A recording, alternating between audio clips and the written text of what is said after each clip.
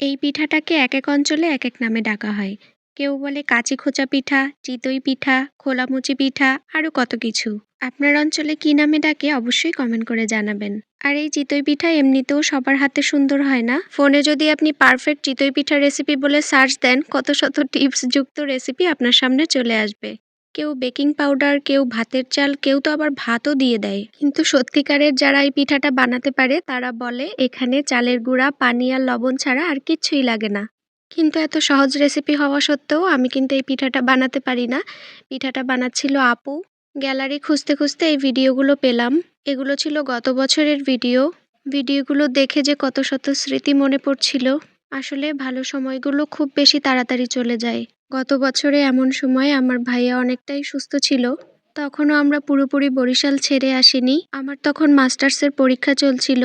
আর ভাইয়া হচ্ছে বরিশাল থেকে কেমোথেরাপি দিচ্ছিল, সেজন্যই যাওয়া। এই সময়টাতে যখন বরিশালে গিয়েছিলাম সময় একদমই কাটতে যেত না।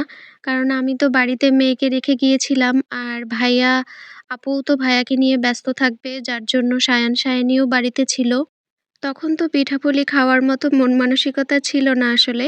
কিন্তু বড় ভাইয়া গিয়েছিল ঢাকা থেকে মাইমুনকে নিয়ে।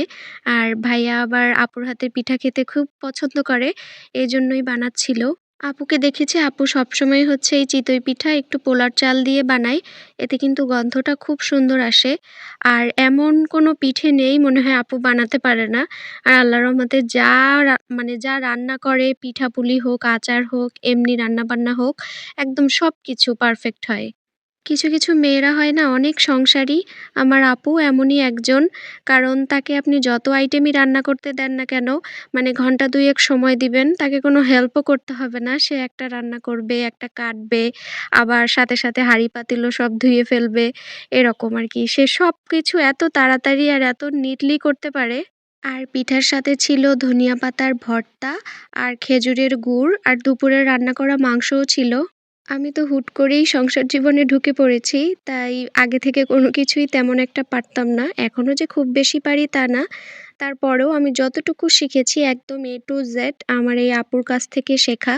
কোনো সমস্যা হলে আপুর কাছে জিজ্ঞেস করতাম। কিভাবে কি করতে হবে সেটাও এই আপুর কাছ থেকে শুনে, শুনে আমি করতাম। আমরা যেহেতু একসাথে বরিশালে ছিলাম, আমার তো মায়ের কাছ থেকে কোনো কিছু শোনার মতো মানে ওয়ে ছিল না। আর শাশুড়ি মাও দূরে থাকতেন। এইজন্য আমার আপুই ছিল আমার একমাত্র ভরসা। আসলে খুব বেশি ভালো সময় কাটছিল। কিন্তু হঠাৎ করেই এই অন্ধকারটা আমাদের জীবনে নেমে এলো। আমার ভাইয়ার জন্য, আপুর জন্য, তার সন্তানদের জন্য সবাই দোয়া করবেন। তো এই তো আজকে এখানেই বিদায় নিচ্ছি ইনশাআল্লাহ। আপনাদের সাথে দেখা হয়ে যাবে নেক্সট ভিডিওতে। সবাই ভালো থাকবেন। আল্লাহ হাফেজ।